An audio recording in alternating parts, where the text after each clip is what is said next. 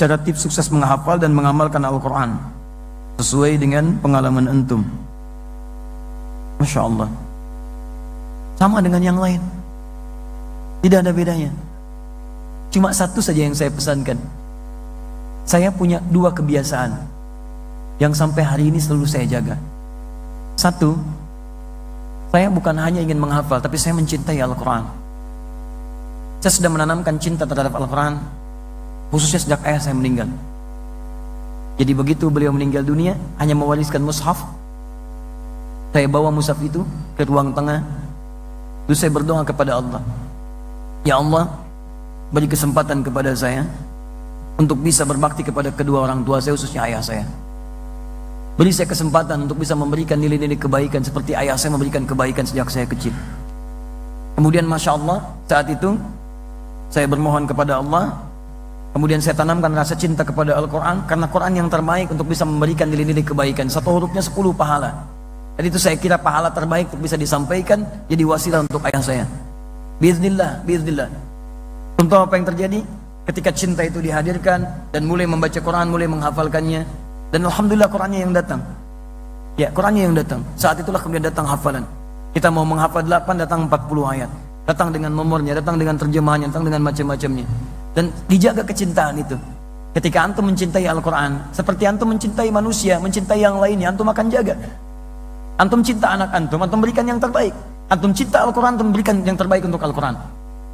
Pegang Al-Quran dengan baik, rasakan dalam jiwa, amalkan setiap isinya, pegang teguh keadaannya. Maka ketika antum akan cintai Al-Quran, cinta Al-Quran akan datang kepada antum. Itu yang pertama. Yang kedua, tingkatkan takwa kepada Allah Subhanahu wa ta'ala. Takwa itu tingkatkan amal soleh, jauhi maksiat. Ketika antum pegang teguh ini, maka Allah akan tanamkan pengetahuan pada diri antum. Quran surah kedua ayat 282, paling kiri sebelah bawah di ujung ayatnya. Perhatikan kalimatnya, wattaqullah wa yu'allimukumullah. Tingkatkan takwa kepada Allah, maka Allah tambahkan pengetahuan kepada antum. Ya, sama saja dengan yang lain. Kita menghafal seperti biasa, hafalkan Qurannya, praktekkan dalam salat-salat sunnah, bangkitkan dalam salat malam, murajaah dalam setiap kesempatan, mudzakarah dalam setiap perjalanan, maka insya Allah Quran akan terjaga. Tapi mohon maaf, hafal Al-Quran dibagi 3 oleh Quran. Surah ke-35 ayat 32, paling kiri sebelah atas. Thumma arasnal kitaba alladzina astafaina min ibadina. Kami wariskan Al-Quran kepada hamba-hamba terpilih, tapi mereka ada 3 bagian. Satu, wa minhum zalimun li nafsi, penghafal Quran tapi zalim pada dirinya sendiri. Quran. Yang kedua, wa minhum muqtasid, penghafal Quran bagi cukup bagi dirinya sendiri, belum bisa berbagi. Yang ketiga, wa minhum sabiqum bil khairat biiznillah, dia bisa berbagi dengan orang lain, bisa menginspirasi dengan izin Allah Subhanahu wa taala. Maka cara terbaiknya, mohon maaf, jadilah golongan yang ketiga.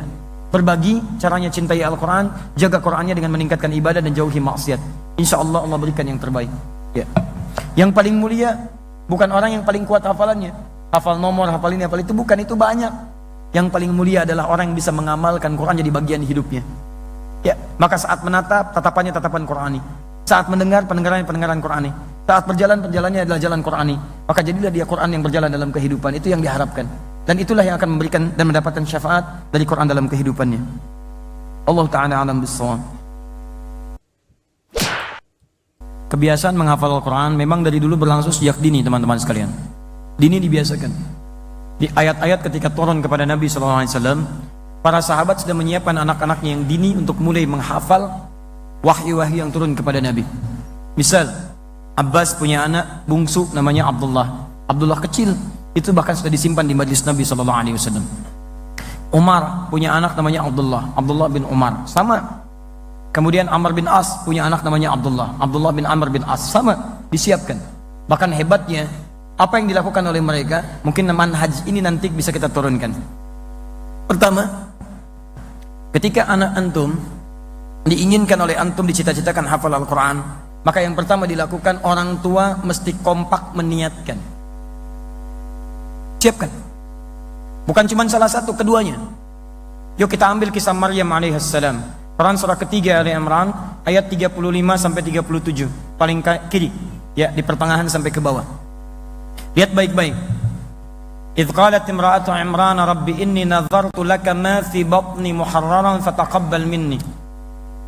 Ketika istrinya Imran memohon kepada Allah, ya Rabb, saya berkeinginan, bernazar menjadikan anak yang dikandungnya dekat denganmu. Memang disiapkan, Anak ini disiapkan dekat dengan Allah.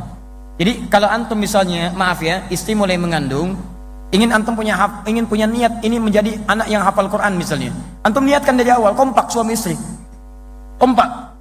Jaga betul kandungan itu, rawat dengan baik, berikan rezeki yang halal dan sebagainya. Bacakan Quran dalam kandungan dan sebagainya. Kemudian apa yang terjadi? Setelah doa itu kemudian dipanjatkan, doa itu disandingkan dengan ikhtiar yang sesuai dengan doanya. Teruskan ayatnya, ayat 36. Falamma wada'atsa qalat rabbi inni wada'tuha untha wallahu a'lamu bima wada'at wa laysa dzakaru kal untha. 1. Wa inni sammaituha Maryam. 2. Lihat kalimatnya, wa inni u'idzuha bika wa dzurriyyataha minasyaitonir rajim. Begitu dilahirkan, terima yang dilahirkan. Kadang berharap laki-laki jadi perempuan, kadang berharap perempuan jadi laki-laki. Kata Allah, yang kami anugerahkan itu yang terbaik, memberikan kemaslahatan untuk keluarga antum. Ini di antara hikmah. Nanti kami ada kajian fikih keluarga. Di antara rahasia anak-anak itu ketika dititipkan oleh Allah, itu untuk menyempurnakan sifat-sifat orang tuanya. Antum berharap laki-laki muncul perempuan, karena dengan anak perempuan itu kekurangan di orang tua bisa ditutupi. Berharap perempuan datang laki-laki, karena dengan anak laki-laki yang sifatnya begini, kemuliaan orang tua itu bisa dikeluarkan. Ingin yang pendiam, jadi yang aktif. Dengan aktif ini kemampuan kita dilatih untuk menyesuaikan dengan anak-anak yang selanjutnya. Maka terima itu yang terbaik untuk kita semua. Beri nama yang baik. Misal antum ingin anaknya di penghafal Quran, maka beri nama yang sesuai dengan harapan antum. Misal anak saya ingin jadi penghafal Quran, antum beri nama Muhammad Hamilul Quran, Muhammad sang pembawa Al-Quran. Misal Abdurrahman Hafidul Quran, Abdurrahman hamba Allah yang nanti bisa menjaga Al-Quran. Dari nama sudah sesuai dengan harapannya. Makanya ketika Hannah istrinya Imran mengandung anak, ingin didekatkan dengan Allah, diberi nama dengan Maryam. Wa inni sammaituha Maryam. Saya beri nama dengan nama Maryam, karena Maryam dalam bahasa lokal itu senafas satu frekuensi dengan doanya, yang dekat dengan Rabbnya, yang menjaga diri dari perbuatan yang tidak disukai oleh Rabbnya. Kemudian lindungi dari setan. Wa inni u'idzuha bika wa dzurriyyataha minasyaitonir rajim. Begitu bayi lahir, maaf, sudah punya musuh utama namanya setan. Maka mohonkan kepada Allah supaya dalam mencapai cita-citanya itu tidak diganggu oleh setan. Sekalipun diganggu, dia punya hijab, punya benteng. Rahasianya ada di Quran surah 15 ayat yang ke-40. Antum isi dengan amalan itu, setan tidak akan bisa menembus antum. Dia menggoda tapi sulit tembus. Surah ke-15 Al-Hijr. Hijr itu artinya benteng, sekat. Dari kata hajar. Hajar artinya batu. Kalau disusun-susun jadi sekatan namanya hijr. Kalau sudah menjadi ruangan namanya hujrah. Jamaknya hujurat. Makanya Nabi Ibrahim ketika akan meninggikan Ka'bah, alhamdulillah, pijakan pertamanya disebut makam. Ketika akan meninggikan, anaknya datang dari sisi yang lain membawa batu. Batu disebut hajar. Disusun-susun jadi hijr. Sampai sekarang jadi Hijr Ismail daerah situ. Asalnya menyatu jadi area Ka'bah. Cuman kemudian terpisah supaya memudahkan bagi kita. Salah satu hikmahnya, jika ada yang ingin sholat di dalam Ka'bah, maka hukumnya sama dengan di Hijr Ismail itu. Teman-teman lanjutkan ayat ke-40-nya, itu rahasianya. Itu di kalimat di lisan iblis langsung. Illa ibadaka minhumul mukhlasin. Semua anak cucu Adam akan saya goda dari depan, belakang, kanan, kiri, kecuali satu golongan yang sulit saya tembus, namanya orang mukhlas. Maka dari kecil antum latih, dekatkan dengan Quran, bacakan Qurannya. Mohon maaf, doa itu jika ingin cepat dikabulkan, maka dia harus bersanding dengan ikhtiar yang sesuai dengan permohonan yang dipanjatkan. Misal antum ingin anaknya hafal Quran, antum berdoa, ya Allah jadikan anak saya penghafal Quran. Maka antum mesti berikhtiar dengan doa itu, dengan perangkat-perangkat yang menjadikan dia mudah menghafal Al-Quran. Contoh, teruskan ayat 37-nya Maryam. Setelah berdoa tadi, maka orang tuanya Imran dengan Hannah mencari guru yang bisa mendidik Maryam supaya dekat dengan Allah. Namanya Zakaria. Bukan cuma orang pintar, tapi orang soleh. Setelah itu dibuatkan tempat yang mendekatkan dengan Allah, namanya mihrab. Maka ketika ikhtiar itu disusun, doa dipanjatkan, diterima oleh Allah Subhanahu wa taala. Ayat 37-nya, rahmakallah. Fataqabbalaha rabbuha biqabulin hasanin wa ambataha nabatan hasana. Doa dipanjatkan, ikhtiar disandingkan, diterima oleh Allah. Jadi kalau doa antum ingin diterima, antum sandingkan dengan ikhtiar. Di kelemahan orang tua sekarang, Dia berdoa, tapi ikhtiarnya tidak sesuai dengan doanya. Ya nggak nyambung. Ya Allah, jadikan anak saya penghafal Quran. Maaf, tapi disekolahkan di tempat yang tidak mengajarkan Quran. Nggak nyambung. Jadikan anak saya penghafal Quran. Di rumah tidak pernah ada waktu untuk menghafal Quran. Nggak nyambung. Nggak ada guru yang mengajarkan. Nggak nyambung. Ya Allah, jadikan anak saya rajin sholat. Ditempatkan di sekolah yang tidak pernah mengajarkan sholat. Nggak nyambung.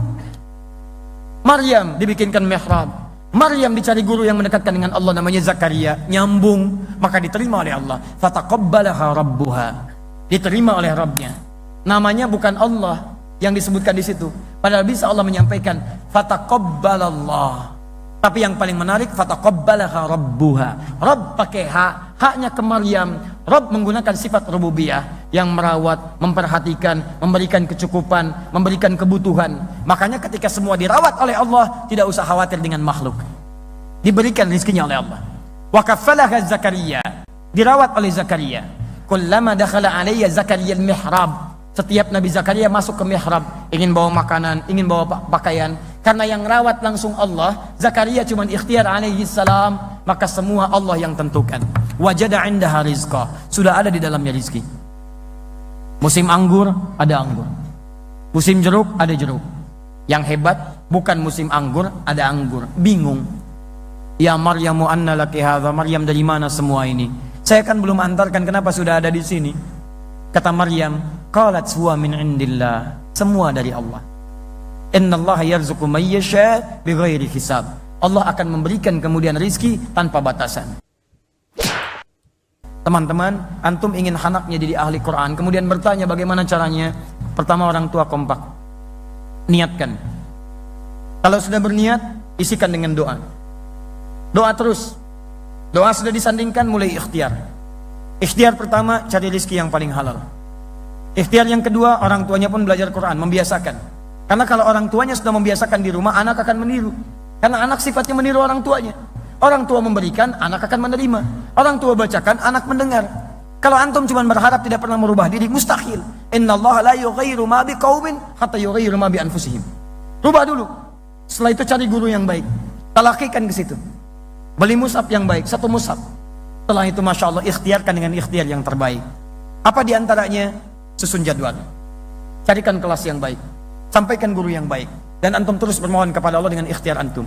Perhatikan Mu'adz, bapaknya gak hafal Quran. Anaknya belum hafal Quran, tidak bisa melihat. Ketika anaknya mengatakan, saya ingin hafal Quran. Ya abati uridul Quran. Apa yang terjadi? Motornya dimodifikasi. Berbohon kepada Allah dalam tangisannya. Dan digendong anaknya. Dinaikkan ke motornya, dashboardnya dimodifikasi supaya ada hafalan di situ. Datang jauh-jauh 20 km. Ketika sampai di syekhnya, dipilih syekh yang terbaik. Mudah mengambil syekh di samping rumahnya. Tapi kenapa memilih 20 km? Karena beliau merasa jangan nanggung kalau ingin belajar Quran. Kalau bisa mengajarkan yang benar, kenapa mengajarkan yang standar-standar? Datang ke syekh yang punya sanad. Ketika belajar di situ baru datang. Pertama kali datang, Masya Allah. Biasanya syekh yang baik, yang benar, yang ketat, itu akan mengajarkan dengan ketat. Saya saat talaqi Al-Quran di Libya, saya ambil riwayat yang pertama. Apa yang terjadi? Pertama kali datang teman-teman sekalian, cuma disuruh ta'awudz. Hai ya bunai ta'awudz. A'udzu billahi minasy syaithanir rajim. Yakfi hasbuk udbukrah. Cukup ya, datang lagi besok. Masya Allah. Antum dari Solo jauh-jauh ke Bekasi. Ustadz, saya ingin menghafal Quran. Baik, coba baca ta'awudz. A'udzu billahi minasy syaithanir rajim. Cukup dulu Pak, pulang dulu ke Solo, besok kesini lagi. Masya Allah. Datang lagi enggak? Tidak. Antum kurang sabar. Guru yang baik, dia tidak akan langsung memberikan hafalan. Dia akan mengecek apa kekurangan di lisan anak didik saya ini. Maka dia akan lihat, oh, dia kurang di sini, di sini, di sini, di sini. Berarti obatnya ini. Begitu datang besok muridnya, maka dia akan obati dulu lisannya. Begitu diobati lisannya, diberikan manhaj bacaan. Setelah paham bacaannya, Masya Allah, dia bisa menghafal sendiri. Makanya kalau antum menghafal Quran dengan benar, sabar 20 ayat, kesananya antum akan mudah menghafalannya. Tapi kalau antum tidak bersabar, ingin banyak, hafal 6 bulan, tahsin 2 tahun. Cek. Apa yang terjadi? Berangkat, sabar, pulang. Begitu dapat hafalan, bapaknya tulis. simpan di dashboard motor. Di jalan gak ada yang sia-sia. Mu'adz baca dari belakang. Bapaknya menyimak, lihat ke depan, lihat ke sini, lihat ke depan, lihat ke sini. Masya Allah. Antum tahu apa yang terjadi? Masya Allah. Ulam dicinta. Puncaknya tiba. Teman-teman sekalian, jadilah Mu'adz penghafal Quran. Anaknya hafal Quran, bapaknya belum hafal. Tapi bapak dapat bagian dari kemuliaannya. Anaknya hafal Quran, persis bacaan syekhnya, makhrajnya bagus luar biasa, sampai kisahnya menjadi inspirasi dunia Timur Tengah. Datang reporter dari Kuwait, sampai diwawancara, "Ya Syekh Mu'adz, kenapa kamu ingin sampai jadi penghafal Quran begini?" Apa yang terjadi? Beliau menjawab, "Kalau diperkenankan oleh Allah Subhanahu wa taala, saya berdoa. Pertama, saya ingin mohon kepada Allah supaya tetap membutakan mata saya, karena dengan buta ini saya bisa menghafal Al-Quran. Saya takut kalau melihat lagi, saya melihat maksiat dan hilang hafalan Quran saya. Dan saya menghafal Quran ini, wallahi, supaya saya mau membawa bekal di hadapan Allah. Saya pulang ke hari kiamat nanti, kemudian saya berada sendirian di depan Allah, tanpa ayah saya, tanpa ibu saya, tanpa saudara saya. Saya bergetar, tangan bergetar, kaki bergetar. Saya katakan kepada Allah, ya Rabb, saya telah berusaha menghafal Quran, bahkan keadaan saya buta saat saya berada di dunia. Kalau sampai hari ini saya harus dihukum, mohon kurangi hukuman saya ya Allah dengan Quran yang telah saya hafalkan itu." Di teman-teman sekalian, kalau antum ingin anaknya tadi hafal Quran, niatkan kedua orang tuanya, kemudian usahakan cari guru yang baik. Dengan itu antum bersabar, dan dengan izin Allah Subhanahu wa taala, dengan kesungguhan antum, insya Allah di antara sekian anak yang titipan oleh Allah kepada antum, akan ada satu yang Allah kemudian jadikan sebagai ahli Al-Quran, insya Allah.